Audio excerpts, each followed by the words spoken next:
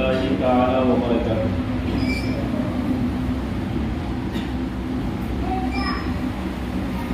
نحمده ونصلي ونسلم على رسوله الكريم وما بعد. أعوذ بالله من الشيطان الرجيم. بسم الله الرحمن الرحيم. ومن يرتد منكم عن دينه فيمت وهو كافر فأولئك حبطت أعمالهم.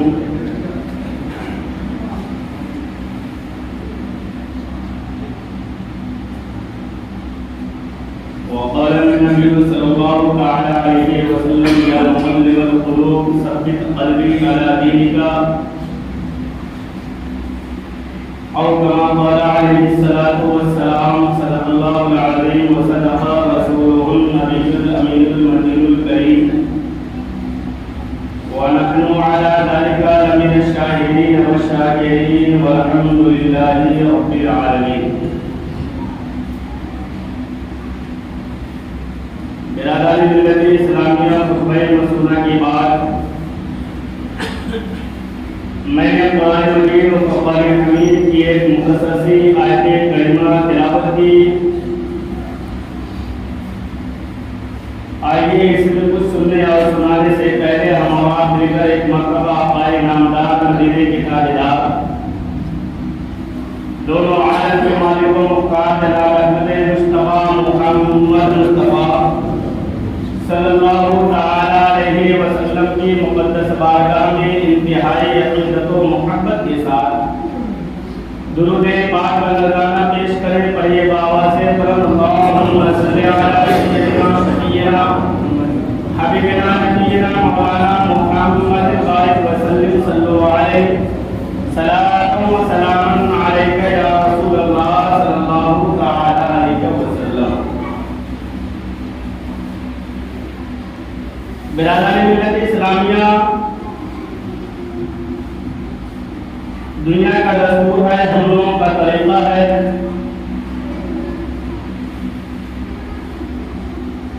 کہ ہمارے پاس جو چیز جتنا قیمتی ہو، جتنی مہنگی ہو، جتنا اہم ہو، انسان اس کی حفاظت حد سے زیادہ کرتا ہوا نظر آتا ہے تاکہ وہ چیز غائب نہ ہو جائے، چوری نہ ہو جائے، برباد نہ ہو جائے. اب جو چیز قیمتی نہیں ہے، ہمارے لیے زیادہ اہم نہیں ہے، پھر انسان اس چیز کی اتنی حفاظت، اتنا فکر نہیں کرتا ہے، اس لیے کہ وہ زیادہ اس کے لیے وہ اہم چیز نہیں ہے. مثال کے طور پر اگر ہمارے پاس کوئی پرانی گاڑی ہو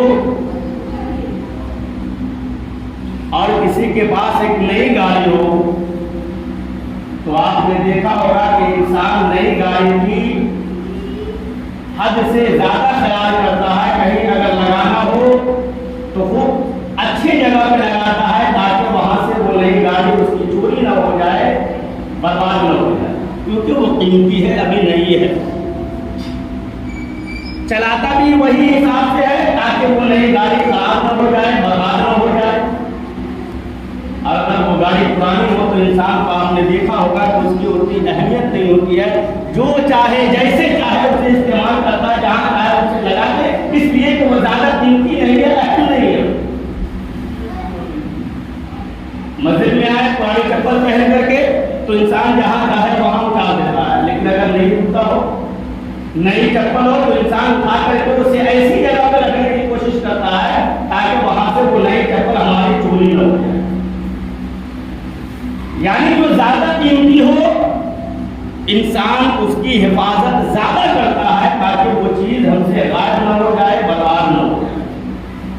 یہ تو دنیاوی اعتبار سے ہے، یہ دنیاوی چیزوں کا حال ہے اور ہونا بھی چاہیے. حفاظت کرنا یہ ہماری ذمہ داری ہے. پیسے ہے تو اس کی حفاظت کرنا یہ ہماری ذمہ داری ہے. انسان بینکوں میں رکھ دیتا ہے، گھر میں نہیں رکھتا ہے، اگر چوری ہو جائے بینک میں محفوظ رہے گا. یہ دنیاوی اعتبار سے ہے، لیکن ٹھیک اسی طریقے سے برادری ملت اسلامیہ ایک انسان کے لیے، ایک مومن کے لیے، ایک مسلمان کے لیے سب سے زیادہ قیمتی چیز، سب سے زیادہ اہم یہ ہے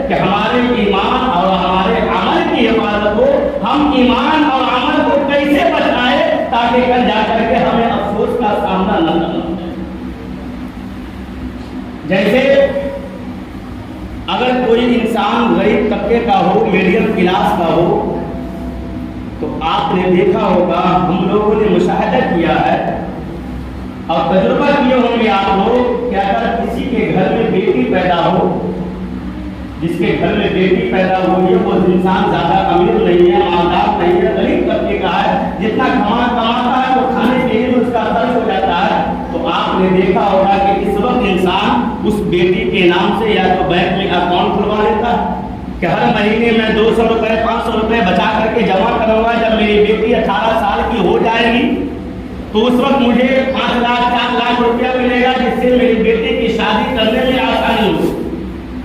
کرتا ہے نہیں کرتا انسان، یا تو بینک میں جمع کرے گا یا گھر میں جمع کرے گا یا کہیں بھی، اس لیے کرتا ہے کہ جس وقت یہ جوان ہوگی بڑی ہوگی، اس وقت کے دور میں اس حالات میں ایک بار 6 لاکھ 8 لاکھ روپے ایک بیٹی کی شادی میں خرچ ہوتا ہے، میں اتنا انتظام نہیں کر پاؤں گا، جو میں کماتا ہوں 10,000 اس میں سے ہر مہینے میں 500 روپیہ اس بیٹی کے نام سے جمع کروں گا تاکہ جب میری بیٹی 18 سال کی ہو جائے، جوان ہو جائے تو میرے پاس ایک 4 لاکھ 5 لاکھ روپے کا اکٹھا پیسہ ملے گا جس سے مجھے آسانی ہو۔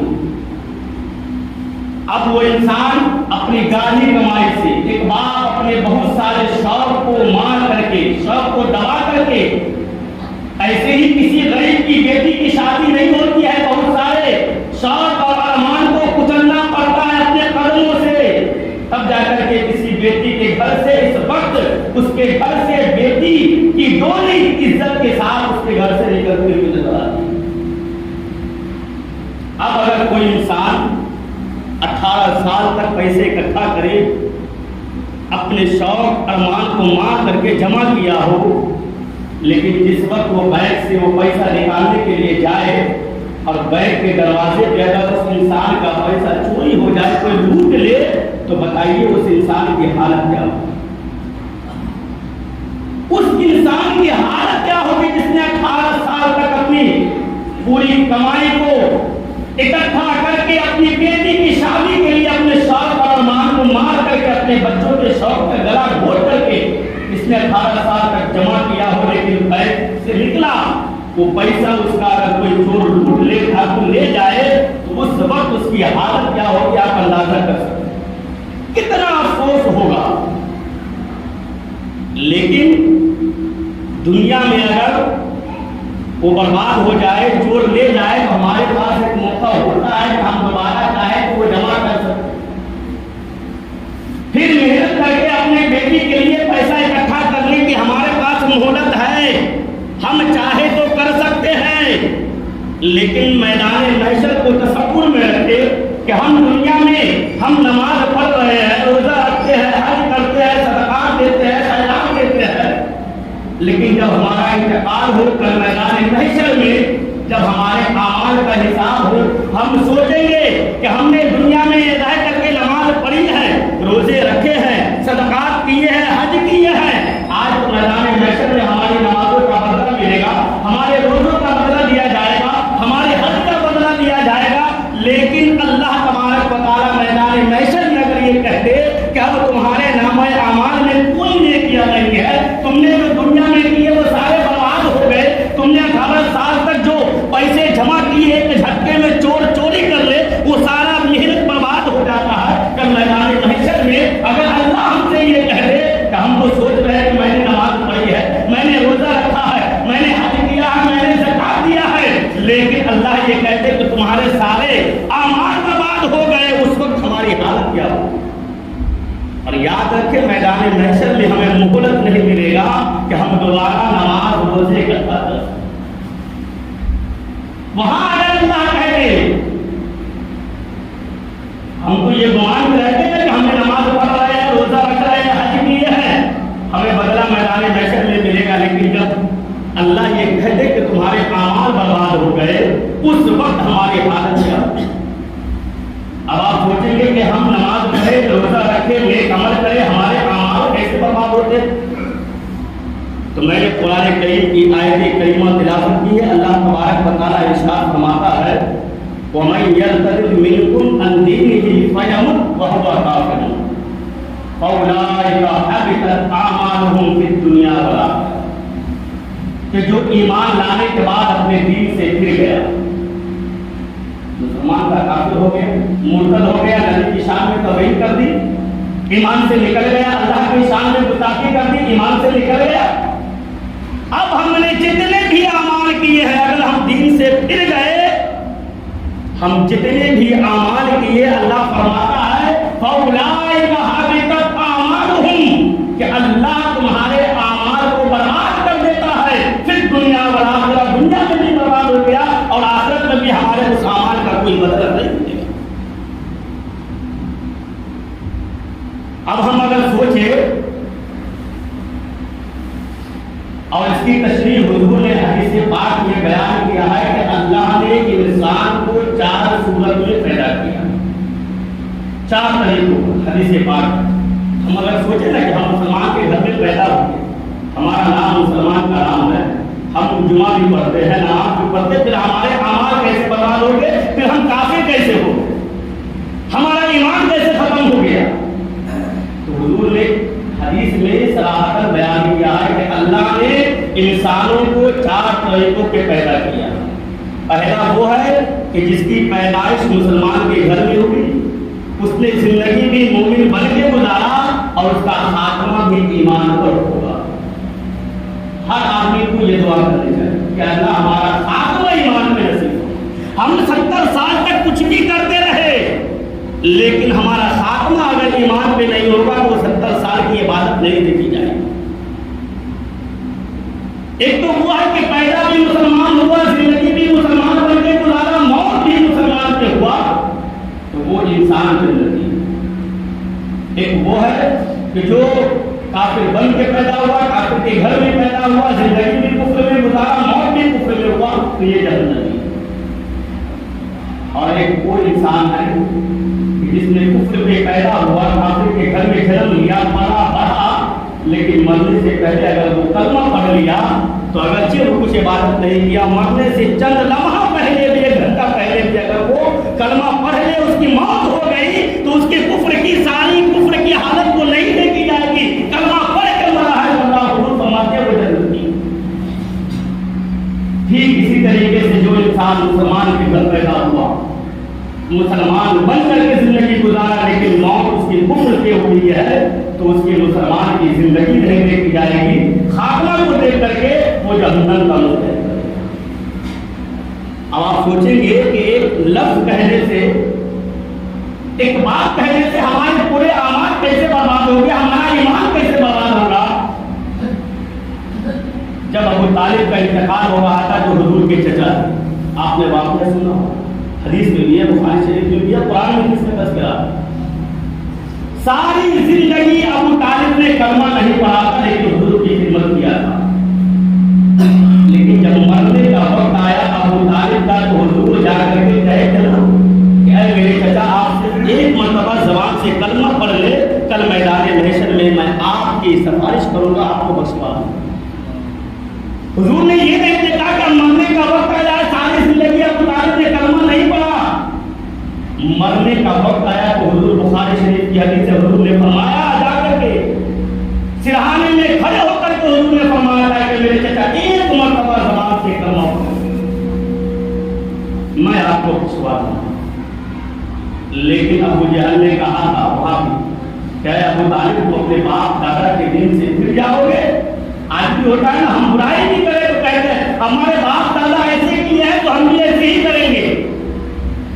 ابو جہل نے ابو طالب کو یہی کہا تھا کہ ابو طالب تو اپنے باپ دادا کے دین سے پھر جاؤ گے. تو بخاری شریف میں ابو جہل نے اتنا کہا تو مرنے سے پہلے ابو طالب نے کہا پاپا میں کلمہ نہیں پڑھوں گا، اس کے بعد انتقال کر گیا. کلمہ اگر پڑھ لیتا تو ساری زندگی کفر میں گزرے گی، لیکن مرنے سے پہلے اگر کلمہ پڑھ لیتا تو حضور فرماتے ہیں ایک لفظ اتنی اہمیت رکھتا ہے کہ ہم چاہے تو اسی لفظ سے اپنی زندگی اور جنت کو بنا سکتے ہیں، چاہے تو اسے بگاڑ سکتے ہیں. جیسے آپ مثال سے سمجھے کہ جو شادیاں ہوتی ہے لڑکی کہیں کا بھی، بہت سارے ایسی لڑکی اپنے گھر میں انسان بہو بنا کر کے لاتا ہے جو شادی سے پہلے انسان وہم و گمان میں بھی وہ لڑکا اس لڑکی کے بارے میں سوچا نہیں ہوتا ہے۔ بہت ساری رشتے داری میں ہوتی ہے شادی، لیکن بہت ساری شادیاں اجنبی جگہ پہ ہوتا ہے، لڑکے کو کبھی دیکھا نہیں ہم نے، کبھی بات نہیں کیا، کبھی ہم نے جانا نہیں، لیکن نکاح میں صرف لڑکا اتنا کہے تو قبول ہے تو گواہوں کی موجودگی میں، تو آپ جانتے ہیں کہ اب وہ لڑکی جسے ہم کل تک جانتے نہیں تھے، پہچانتے نہیں تھے، دو گواہوں کے سامنے میں صرف قبول ہے کیا الفاظ کہہ دیے، اب وہ ہماری بیوی بن گئی۔ ہم چاہے آپ اس سے جیسا رشتہ رکھیں، جو تعلقات کرنا چاہے وہ ہمارے لیے حلال ہے، ایک ہی لفظ کہا قبول ہے، وہ اجنبی لڑکی جسے ہم جانتے نہیں تھے، ایک لفظ کی وجہ سے وہ ہمارے لیے حلال ہے۔ کتنی اہمیت ایک لفظ کی۔ اسی طریقے سے اگر کسی کی بیوی کسی کے نکاح میں 50 سال رہا، اس کے بچے بھی پیدا ہوئے، 50 سال تک اپنی بیوی کو اپنے پاس رکھا، لیکن 3 مرتبہ اگر صرف لفظ طلاق کہہ دے تو آپ جانتے ہیں نا وہ 50 سال کی خدمت، 50 سال کا خرچ، 50 سال کی محبت شوہر کی نہیں دیکھی جائے گی، صرف 3 مرتبہ لفظ طلاق کہہ دے وہ 50 سال کی بیوی منٹوں سیکنڈوں کے اندر اس سے وہ جدا ہو جائے۔ یہ نہیں دیکھا جاتا ہے کہ 50 سال آپ نے اس کی خدمت کیا، اس کے کو خرچ کیا، وہ آپ کی بیوی بن کر کے رہی ہے، آپ کے بہت سارے پیسے خرچہ ہوئے، آپ کے بچے کی وہ ماں ہے، یہ نہیں دیکھا جاتا۔ صرف طلاق کہہ دیا، وہ آپ کی بیوی تھی اب نہیں۔ ٹھیک اسی طریقے سے ہم چاہے 70 سال جو بھی عمل کریں، لیکن اگر ہمارا خاتمہ ایمان پر نہیں ہوگا تو ہمارے 70 سال کی عبادتوں کو نہیں دیکھا جائے گا، بلکہ ہمارے خاتمے کو دیکھ کر کے ہمارے اندر شفا ہوگی۔ پھر ملت اسلامیہ اعمال برباد کیسے ہوتے ہیں، ایمان انسان کا خراب کیسے ہوتا ہے؟ قرآن پاک پڑھے، حدیث پاک کا مطالعہ کرے۔ سب سے پہلی چیز یہ ہے کہ اللہ اس کے رسول کی شان میں کرنا۔ ایک بات یاد رکھیں، جو چیز آپ کو جانکاری نہیں ہو اس میں انسان کو زیادہ بحث نہیں کرنا۔ آج ہماری سب سے بڑی بیماری کیا ہو گئی معلوم؟ ہم صحیح طریقے سے قرآن پڑھنا بھی نہیں جانتے ہیں، سمجھنا تو دور کی بات۔ حدیث کی کتاب ہم نے کبھی کھول کر کے کتاب کھولنا تو دور، ہم نے کتاب بھی نہیں دیکھی کہ حدیث کی کیسی کتاب ہوتی ہے، لیکن ہم چلے جاتے ہیں بحث کرنے کے لیے قرآن و حدیث۔ بہت سارے نوجوان بھی آج بحث کرتے ہیں، ہمیں معلوم نہیں ہے، کہتے ہیں ڈاکٹر کو جس مرض کے بارے میں معلوم نہیں ہو اس کے ہاتھ نہیں لگانا چاہیے، ورنہ کیا ہوگا کہ مریض مر جائے گا یا اس کی تکلیف بڑھ جائے گی۔ ہمیں جس چیز کے بارے میں معلوم نہیں ہو اس کے بارے میں زیادہ بحث کر کے اپنے ایمان اور عمل اور عقیدے کو خراب نہیں کیا۔ ہم سوچتے ہیں کہ اگر تھوڑی سی ہماری شہرت ہو گئی، پیسہ آ گیا، عہدہ مل گیا تو ہم ساری چیزوں کا جانکار ہو گئے، ایسا نہیں۔ آپ دنیا کے جانکار بن سکتے ہیں، لیکن دین کے جانکار بننے کے لیے آپ کو کم سے کم 10 سال 9 سال مدرسے میں رہ کر کے دان کو دکھا کر کے آپ کو اس کا مطالعہ کرنا ہوگا، تب جا کر کے دین کی معلوم ہو۔ ہر انسان تکلیف اٹھائیے جا کر کے مدرسے میں تو سمجھ میں آئے۔ ایمان کیسے برباد ہوگا؟ سب سے پہلی چیز یہ ہے کہ اللہ اور اس کے رسول کی شان میں گھسا ہے۔ ہم تو کبھی کبھی حضور کے بارے میں بھی سوال کرتے ہیں، کہاں لکھا ہوا ہے، کہاں حدیث ہے؟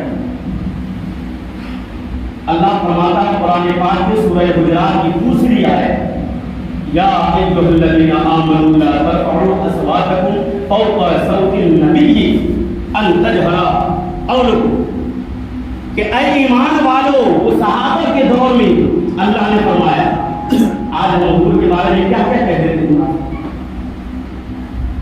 کہ اے ایمان والو، تم حضور کے پاس حضور کے آواز سے زیادہ اونچی آواز میں مت بولنا، یہ حضور کی بے ادبی ہے۔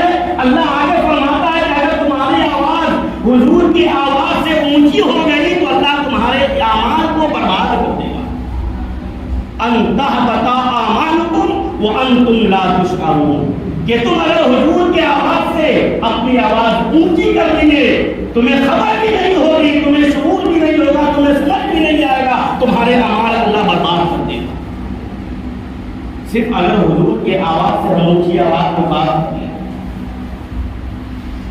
تو ان تحبط اعمالکم وانتم لا تشعرون کہ اللہ تمہارے اعمال کو برباد کر دے گا اور تمہیں شعور اور تمہیں عقل اور تمہیں سمجھ بھی نہیں آئے گی ان دو میں تمہاری نمازیں تمہاری عبادت برباد۔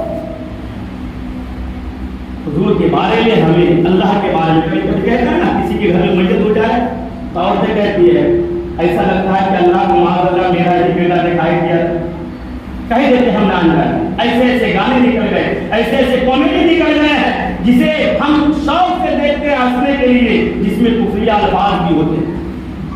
ہمارا ایمان منٹوں میں ہنسنے کی وجہ سے ختم ہو جاتا ہے، ہم کو خبر نہیں ہوتی۔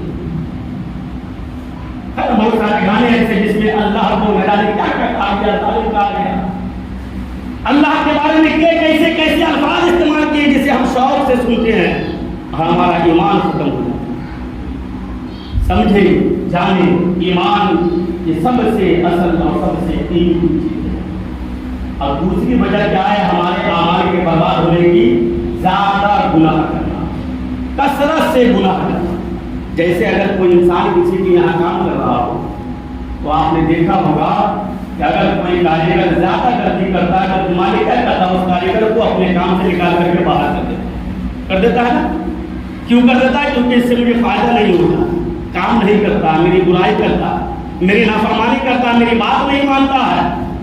تو ایک عام مالک جو چند ہزار چند کروڑ چند لاکھ کا مالک ہوتا ہے، اگر کوئی آپ کی بات نہ مانے تو آپ اسے کام پر سے نکال دیتے ہیں۔ تو جو اللہ ہمیں اتنی ساری نعمت دے رہا ہے، اتنی چیز ہمیں دے رہا ہے، کیا ہم اس کی بات نہیں مانیں گے تو اللہ اپنی نظروں سے ہمیں نہیں نکالے گا؟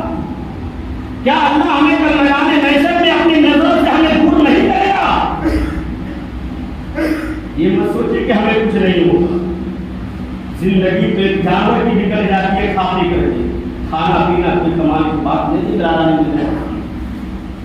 کثرت گناہ، زیادہ گناہ کی وجہ سے انسان کے ایمان اور اعمال دونوں برباد ہو جاتے ہیں۔ پھر اسے اچھائی سمجھ میں نہیں آتا، کہتے ہیں نا کہ اتنا بڑا گنہگار ہے اور گناہ کرتا ہے اور ظلم کرتا ہے، وہ کرے گا اس لیے کہ اسے اچھائی دکھائی نہیں دے گی۔ وہ کیچڑ میں پڑ گیا ہے، اسے صفائی دکھائی نہیں دے گی۔ دل گندے ہو گئے، کپڑا اگر گندا ہو تو صاف ہو سکتا ہے، لیکن مٹی بیٹھ جائے تو وہ مٹی صاف نہیں ہوتی ہے، کل ہو کر کے وہ کپڑا پھینکنا پڑتا ہے۔ وہ دل ہمارے دل کے اندر اگر نہیں ہو تو صاف ہو سکتا ہے، ہمارے کثرت گناہ کی وجہ سے ہمارے دل کے اندر رچھی جم گیا ہے، اب وہ صاف ہونے والا نہیں۔ صاف کرنا ہے تو دعا کرنا ہوگا، اللہ کی بارگاہ میں توبہ کرنا ہوگا، جس کے لیے ہمیں فرصت نہیں۔ اسلامیہ میں انشاءاللہ آج کے جمعہ کو بتاؤں گا کہ اعمال اور ایمان کیسے کیسے برباد ہوتے ہیں۔ پہلی چیز تو یہ ہے کہ اللہ اس رسول کی شان میں گستاخی کرنا یا ایسے لفظ بولنا جو اللہ اس رسول کی شان کے خلاف ہو۔ کثرت گناہ کی وجہ سے بھی ہمارے اعمال ختم ہوتے ہیں۔